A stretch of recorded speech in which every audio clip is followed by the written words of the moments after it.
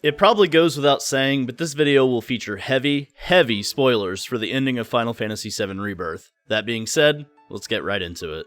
Final Fantasy VII Rebirth featured yet another controversial ending, with the fate of its flower girl in a state of flux. Did she live? Did she die? Visually speaking, she's dead. However, with the multiverse now being confirmed by the game's writer Kazushige Nojima, it brings up the question of, does character death really matter, and is this character actually dead? There's a few famous literary principles I want to discuss that will help give my thoughts in a way that doesn't come off as the hater that people have painted me to be. Those principles are Chekhov's gun, the die is cast, and if you didn't see it, it didn't happen. These literary and television concepts will be linked to everything I discuss in this video. With that little introduction out of the way, let's talk about the ending itself and the lead up to it. As Chapter 14 begins, we see Zack in the train tunnels of Midgar attempting to make a choice. Does he go after Biggs and attempt to save him, or does he choose to go to Shinra headquarters and get a cure for Cloud? We see a pink ribbon wrapped around his hand, which will be important in a bit. When Zack chooses to save Cloud, a rainbow light shoots out from the tunnel that he chose not to go down. We can now confirm from the recently released Ultimania that new worlds are being created by Zack's choices. We can also see Terrier Stamp in the background. Marlene explains to Zack in a flashback that Sephiroth is the one who plans to kill Aerith when she wakes up. She also tells Zack that Aerith has feelings for Cloud. We now flash back to Aerith, and Cloud is stepping out of the wheelchair he's been seen in during Zack's interlude scenes. Aerith tells him that they're in her dream and to just play along for a bit. They go up to leave the house, and she tells him not to look up, but it's clear that that's actually what she wants him to do. When he does, he sees the giant rift in the sky, which means the world they're currently in is dying. It's worth noting that this is almost the exact rift seen in Cloud's livestream sequence in the original. They go on this mini date, and we see another version of Stamp, meaning we're in another world again. One separate from the Zack worlds we've seen so far, and the Beagle world where the main game takes place in. We're now at a total of 3 worlds, but that number is about to shoot up pretty quickly. It's interesting to note that all the shopkeepers are alluding to the world ending as well. After meeting with the candy seller, we see another scene with Zack, and he's in the Shinra headquarters. He's got the pink ribbon around his hand, is on the Hardy Daytona, and is facing several Shinra soldiers. Terrier Stamp can be seen in the background, so we know that this is the version of Zack that made the choice to save Cloud instead of Biggs.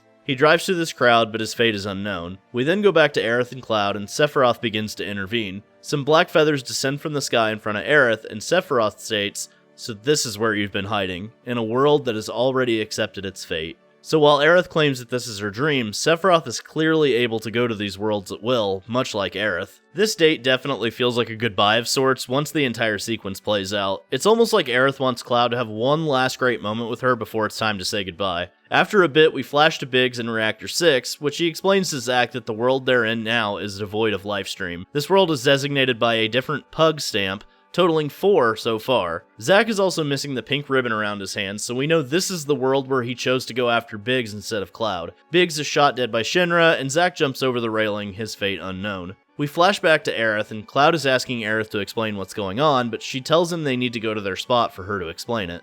A black feather descends from the sky during this segment, and Aerith rushes Cloud away from it. We then jump back to Zack, who's now sitting on the church steps, obviously indecisive. Yet another stamp is present as Johnny walks across the screen randomly with a stuffed corgi in his arm. Stamp number 5.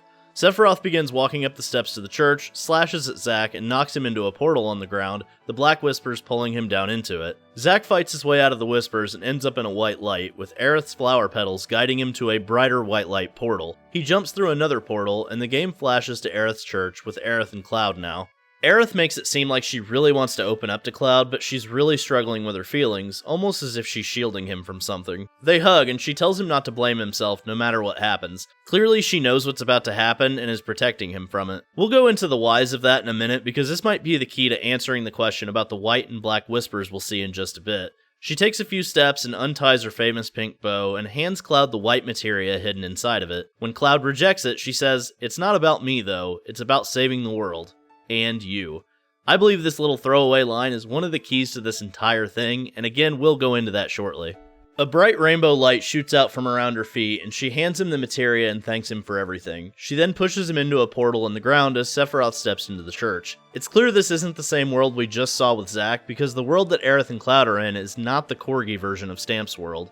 And this is where I have to bring up, if you didn't see it happen, it didn't happen. The common thought is that Sephiroth walked into the church, confronted Aerith, and ultimately killed her. But if years of television, movies, and video games has taught me anything, I need to see the body or it didn't happen. Fake-outs have been a part of media forever, and to me this is possibly no different. So at least one aerith is unaccounted for. We also know from the Ultimania that Nojima states that an aerith from another world gave Cloud the white materia, which he then gives to the Beagle's world aerith. This is due to earlier in the game where she reveals that her white materia is now empty. As Cloud is falling through the white portal, he's surrounded by white whispers, yet black whispers begin to come after him and they do battle. Sephiroth appears and shows Cloud the true nature of reality, stating that when fate is breached, new worlds are born. Immediately in front of Cloud is Zack's final stand, the point at which we know a new world was created where he lived. This means that because of their actions in the Singularity and Final Fantasy VII Remake, the party ended up creating this multiverse. By destroying fate itself, the party then made it possible for Zack to live and a multiverse to come into existence.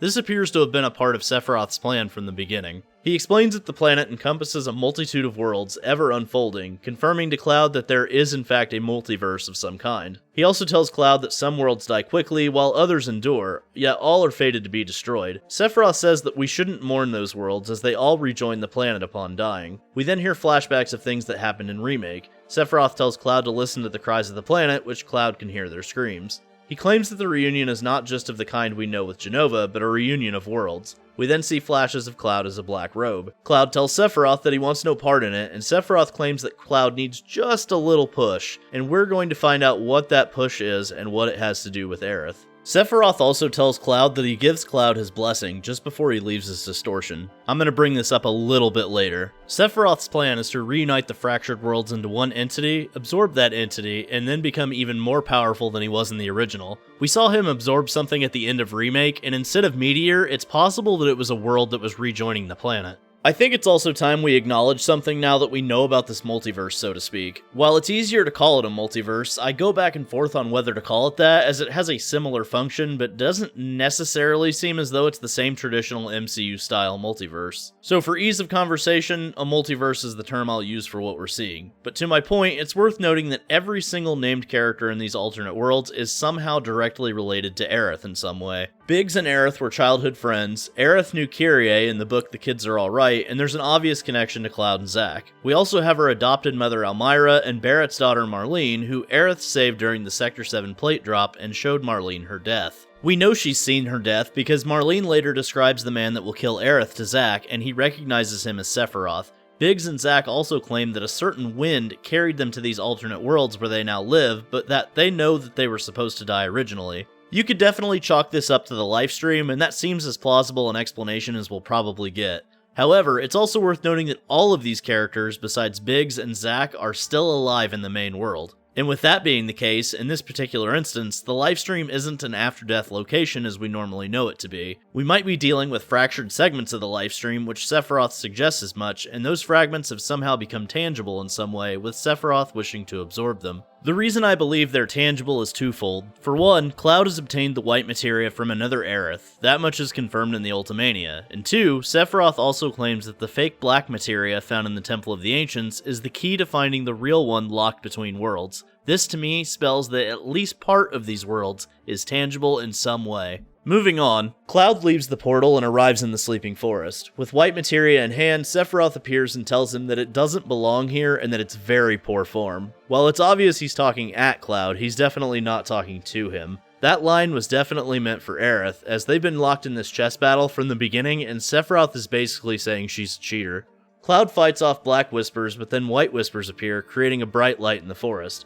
Aerith appears and tells Cloud not to worry about Sephiroth and to just focus on himself, the real him. She gives the speech about letting her handle Sephiroth, and this scene is almost a shot-for-shot remake from the original. Cloud gives Aerith the white materia, and she gives him the empty one in return. She then disappears, but when Cloud gives chase, the white whispers stop him. Eventually, Cloud is enveloped in a white light, and it flashes us back to him at the Temple of the Ancients, attempting to pull Aerith up from where they originally fell before this series of scenes began. We then start seeing a point of view from Cloud's eyes, and it appears that he's in rough shape, likely due to Sephiroth's control at the temple and the fragmenting of his already broken mind. Aerith disappears into the forest again, this time the party now looking for her together. It's interesting to note that we see this green portal anytime something in Cloud's mind takes place, so it's not really clear if what we saw was real or a battle inside of Cloud's mind for Aerith and Sephiroth, and the attempted purification or control of him respectively. And then this is where it started to click for me with the Whispers. When the party is confused on where to go, the Black Whispers show up and Cloud then knows the direction to find Aerith and the Forgotten Capital.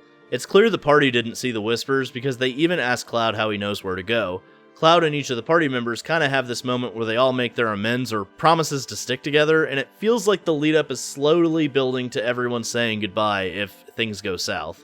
It was a really nice moment in my opinion and further solidifies that the handling of these characters was done really well. When the party arrives and after they discuss the Forgotten Capital, they notice the Black Whispers have arrived and Cloud tells the party that they're not Fate or the planet anymore, that they belong to Sephiroth. Sephiroth then appears and a scene exactly like the end of Remake begins to play. Sephiroth then says, "Good, Aerith, pray." He raises his hand and a portal in the sky opens up with a rainbow beam of light shining down behind Sephiroth and the life stream begins to flow from the portal. This is also where I believe we're not seeing Sephiroth absorbing meteor like originally thought. It appears that Sephiroth is absorbing another dying world, hence the life stream from the portal. Once again, this feels very much like we're dealing with Advent Children Sephiroth and not the one we've been dealing with the entire game. He destroys the land around the capital and the party is forced to fight their way towards it. They encounter a battle with the White Whispers, who to this point have felt more like they're for the party than really against them, but it seems to have changed now. What happens next is what drove home the purpose of the Whispers for me, and while I still don't like them, I grew to understand them better now. After defeating the White Whispers, Black Whispers appear and close off the access point for the party to enter the capital, yet for some reason allow Cloud and only Cloud to enter the capital. And this is the moment I've been waiting to explain for a few lines now. Aerith has been battling to save Cloud. Sephiroth has been battling to control him. For Aerith to succeed, she needs to shield him from trauma in an attempt to release the real Cloud from his mental shackles. For Sephiroth to succeed, he needs to break Cloud to the point where he is no longer control of himself. The crux of this is Aerith's death, and that's what the Whispers are for. The White Whispers are trying to keep Cloud from seeing her die. The Black Whispers are trying to ensure that he sees it without interruptions. So everything to this point in the story has been in service of that end, and the Whispers have been that means to an end. If you remember the scene where Sephiroth explains the multiverse, he tells Cloud that he just needs a little push. I think it's pretty clear now that that little push is Cloud witnessing Sephiroth kill Aerith. Cloud enters the temple, and as he does, the Whispers are seen in a battle, almost a duel of the fates if you will.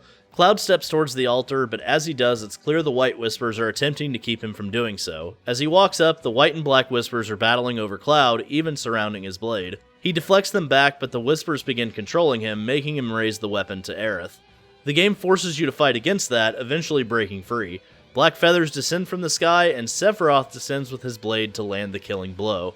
But instead, Cloud jumps up, deflects the Masamune, and bright rainbow light bursts from the connected swords, signifying a breach in fate.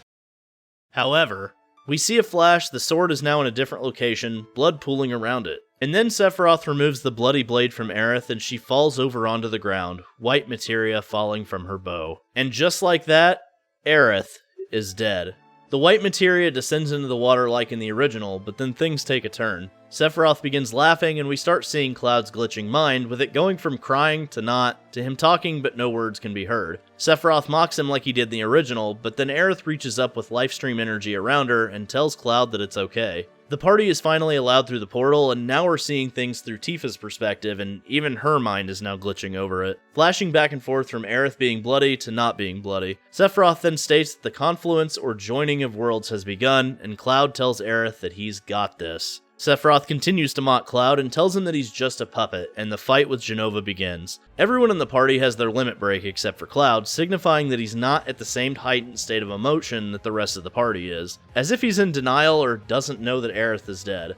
Much like in the original game in the Northern Crater, the party gets separated into groups that have to fight Jenova on their own. After a really long battle with Jenova Lifeclinger, Cloud and the party are enveloped in a white light, and then it flashes to Zack. He then comes upon Cloud after the White Whispers show Cloud to him, and after a few comments, he's pulled into a fight with Sephiroth at the edge of creation. Best friends reunited. The two take on Sephiroth side by side, and Zack questions Sephiroth on how he could abandon his soldier beliefs, which Sephiroth coldly, and fucking awesomely, responds easily. After the battle ends, Sephiroth slashes open another portal, stating, "Just as worlds unite, so too do they part." Zack then falls into the portal, but tells Cloud to save Aerith. Sephiroth then transforms into Bizarro Sephiroth from the original, but this time called Sephiroth Reborn, cause why the fuck not? After a lengthy battle, Sephiroth then returns to the party through a rift in the sky, and then the party must battle him.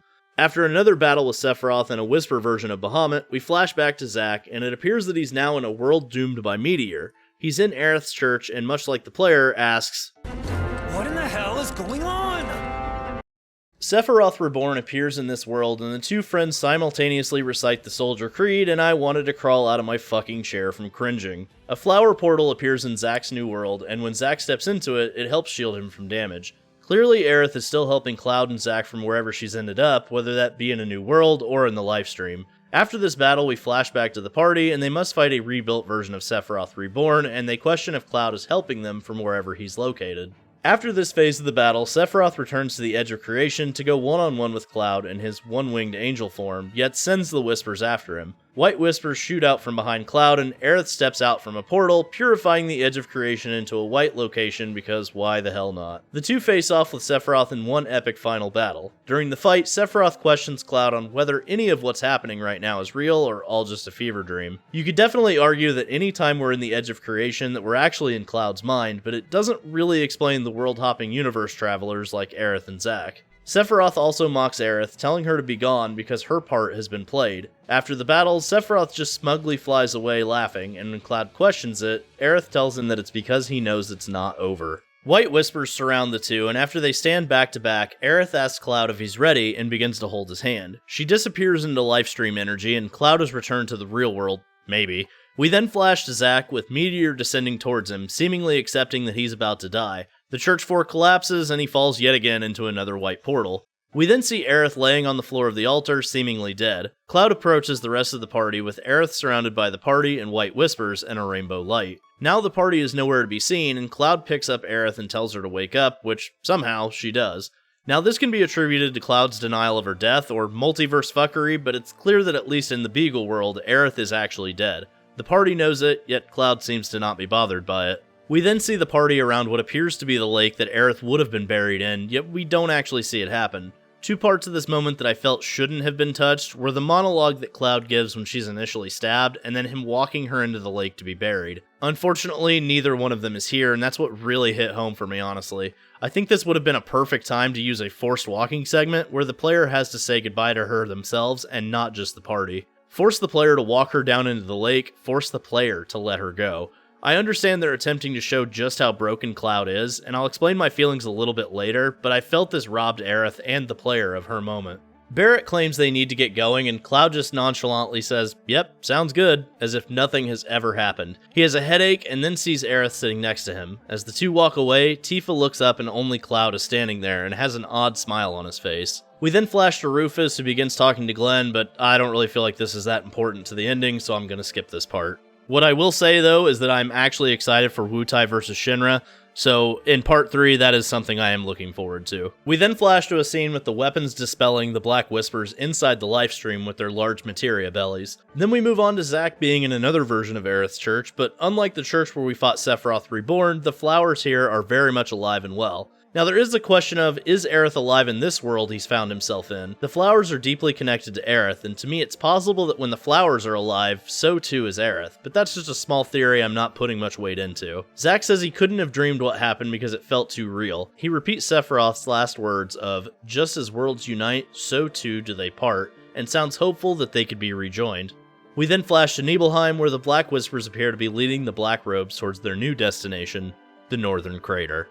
Now we're in a grass field near the Forgotten Capital as Sid, Kate Sith, and Barrett attempt to fix the tiny Bronco. Aerith is seen walking among them, but it's clear Cloud is the only one that can see her. However, something to note here is that Red 13 can also feel her presence when she touches his back. He has the closest connection to the planet other than Aerith, so it makes sense that he can at least sense her.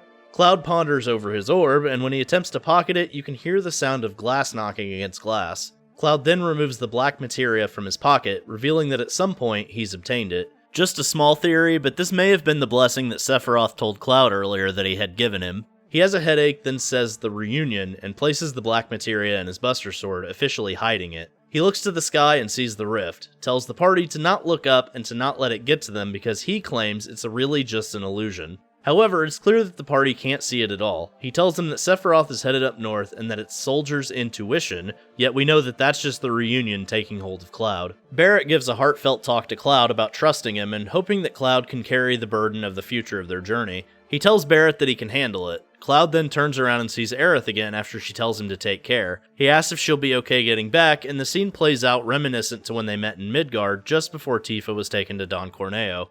You gonna be okay getting home? And if I said I wasn't? I'll go with you. She promises Cloud that she's gonna pray to stop Meteor, and Cloud promises to stop Sephiroth.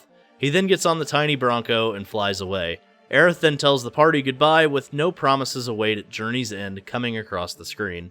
Before I give my thoughts on this ending, I want it to be clear that no matter what I'm about to say, I am absolutely loving my time with Rebirth. I'm at 270 hours into the game, just completed all the simulator challenges, and I'm now working on finishing all chapters on hard mode for the Platinum. So I just want it to be clear that I'm not a hater, and nothing I'm about to say should lead you to believe that about it. So, I'll be honest with you, and I know this won't come as a shock, I didn't like this ending. However, I want to start off with some positives, because this is about to get kinda negative, and I don't want it to seem like I hated everything about it, and some of the things I liked you might actually be surprised about. I honestly really liked that they focused on Cloud's mental state in this game. The consistent yet subtle changes in Cloud culminating in his control at the Temple of the Ancients and almost attacking Aerith in the capital. It's consistent with how the original showed Cloud's mental state, and I thought it was really well done. I also really enjoyed the segment of Cloud deflecting the blade, only to realize that he hadn't really stopped anything. However, that part does come with some things that I didn't like, which I'll go into shortly. I really enjoyed that they even showed what grief is supposed to look like using the green flashes as way to show trauma. When Tifa sees Aerith dead, she also flashes between two realities in her mind. One where Aerith is laying there with blood, and one where she's laying there with no blood.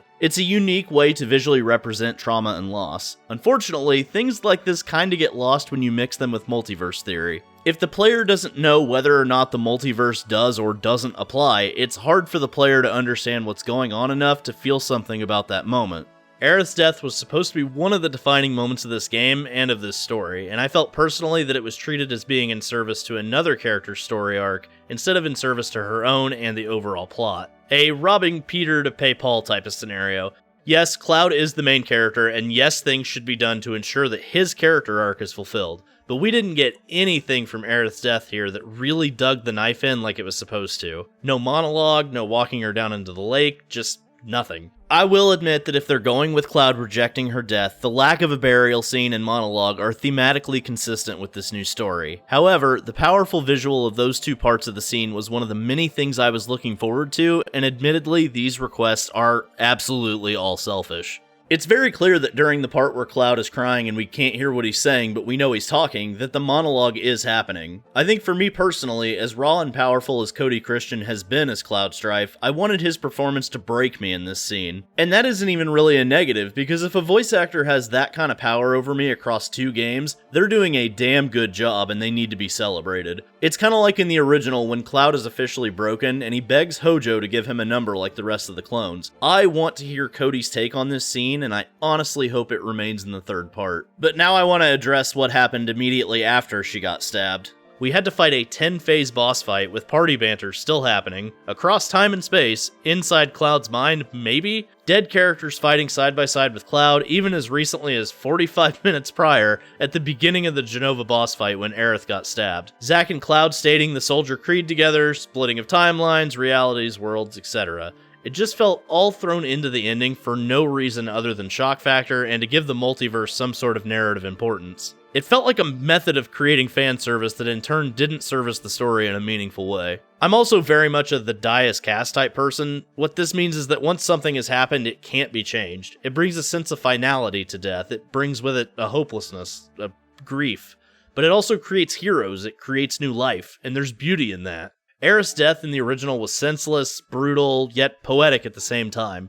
She was the last living ancient who died in the forgotten home of her people, would be buried there with them as her final resting place. It had meaning. But with this ending, by the time I got finished with the hour-long boss fight across time and space, I just felt emotionally exhausted from trying to keep up with everything. And even though I now have a better understanding after my analysis of it, I still feel this way. It feels like two stories happening at the same time and both are at odds with each other. At the end of all this, I felt nothing, other than disappointment at how this was handled. There were definitely some cool moments, especially with the characters involved, but I felt nothing for her death, because honestly, who knows at this point if it's final or not. We know that the party knows that Aerith died in the Beagle world, however, Cloud did deflect the blade, and the Ultimania has now confirmed that actually happened. And in doing so, a rainbow light flew from the blade, signifying that a possible new world has been created where she survived.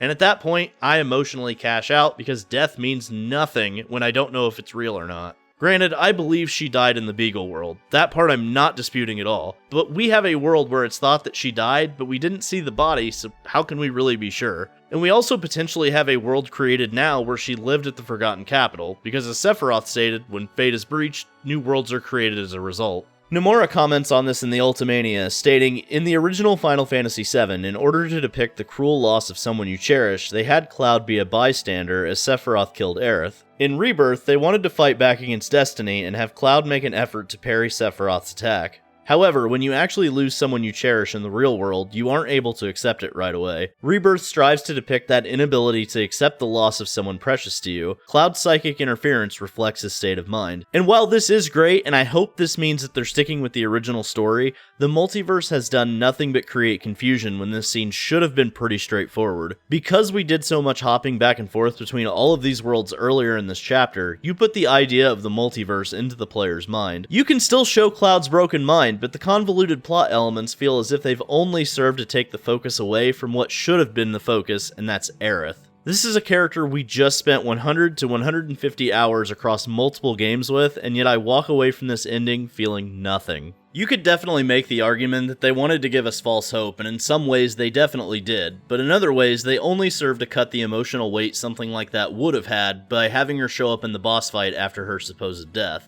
I guess at the end of the day, I can't change how this was handled, and I can only accept that it did happen. I just hope that Part 3 concludes in a way that makes how I feel right now all lead up to something satisfying. I already know what people will say about Cloud and how they'll give us the 2 missing segments when he finally comes to terms with what happened, and to that I say, the moment has passed, and I don't really emotionally care at that point. I shouldn't have to wait 3 to 4 years or more for a resolution to a scene that's supposed to break the player, all for it to be relegated to a flashback or nightmare. It won't carry near the weight it would have had I seen it in the moment. It robbed Aerith of her final moments in order to give Cloud his big character moment in a future part. If I can see a character up walking around, or if I'm not given the information needed to know that that character has died, I can't have an emotional connection to that moment in a game, TV show, or even movie. Because most of the time that's used as a fake-out scenario. Now obviously we saw Aerith and Zack in Advent Children as a I'm making peace with this now situation with Cloud at the end. That's a little bit different than what's being presented here though. I'll actually concede and give an example of something that makes this work, but for me this is a rare case, and if this is what they're doing, I might be able to be on board with this direction more. However, I say that also to acknowledge the fact that if this is their plan, it didn't need to happen in this exact moment. The focus should have remained on Aerith herself. But the example I'd like to use is the show Dexter, about a serial killer who only kills the people who escape justice of the law. Dexter sees his father throughout the show, but it's not really him, as his father's actually dead. However, because of his mental state and his loneliness over not being able to tell people about his dark secrets, he converses with a mentally created image of his father. This works because of a pre-established history that Dexter has of mental illness, and if that's how this is all turning out, I'd be more on board with Remake Trilogy. The only problem with using this example is that Dexter actually knows his dad's dead, so it's not like he's using his dad as a coping mechanism for his death, he's more using it as a coping mechanism for himself. I also want to talk about the multiverses, because I feel like this is kind of important to this whole thing, and I want to talk about Chekhov's gun, because I feel to understand my feelings on the multiverse and the narrative elements, you need to understand this principle. Chekhov's gun is a narrative principle that states that every element in a story must be necessary, and irrelevant elements should be removed. For example, if a writer features a gun in a story, there must be a reason for it, such as it being fired sometime later in the plot. And that's what I want with this multiverse, treatment of death, and finality of it to lead. Somewhere important, because if it's just for fan service, then why is it here and why is it narratively needed? Will Part 3 give us that reason, or will it just be another moment of fan service? In the Ultimania, Nomura even stated that was the reason Cloud deflected Sephiroth's blade in the capital. that they knew many fans wanted her to live in Rebirth, so they had Cloud deflect the blade. I just hope that this movement hasn't become so strong that they decide to bring her back alive once the multiverse aspect is concluded. As a writing trope, multiverses to me are a break glass in case of emergency type writing scenario, a deus ex machina if you will. By their nature, they remove stakes and impact due to things existing in them that can fix any problem that may arise. There are times where this can be done well, and others not so much. Kitase keeps claiming that while his word isn't the only one involved, he wants a happy ending for these characters, and there's a few ways that can go, so for now, I guess we just wait and see. Overall, while I obviously didn't like this ending, I still loved most of the game, especially enough to put almost 300 hours into it. I'm just one guy on the internet with an opinion, and whether or not you agree with me on what happened or what my feelings are, please just be kind in the comments section and let's try to have a rational discussion. I know everyone's emotions are all over the place right now over this ending, but we can all come together as fans and enjoy civil debate. As I said earlier, I don't want this to sound like I hate the game or that I'm not looking forward to the future. I'm sure there will be comments about I need to go back and play the original game because I'm just a purist, but I honestly don't care. The reason I critiqued this ending as hard as I did is because I love this game, I love the original, and I love this franchise. It's meant so much to me over the last 20 plus years of my life, and to say it's one of the most important pieces of media in video game history is an understatement. So I promise you that none of this has come from a place of hate, and I hope that Part 3 leaves me feeling happy about the way this trilogy ended up, because I love Final Fantasy VII, and I have high hopes for its future. Thanks for watching, and don't forget to omni-slash that like button. Let me know in the comments section below if you did or didn't enjoy the ending of Final Fantasy VII Rebirth. If you're excited for more Final Fantasy VII Rebirth discussions, guides, and other content, subscribe to the channel and set notifications to all. I'm Soldier First Class, and I'm on to the next mission. Later, guys.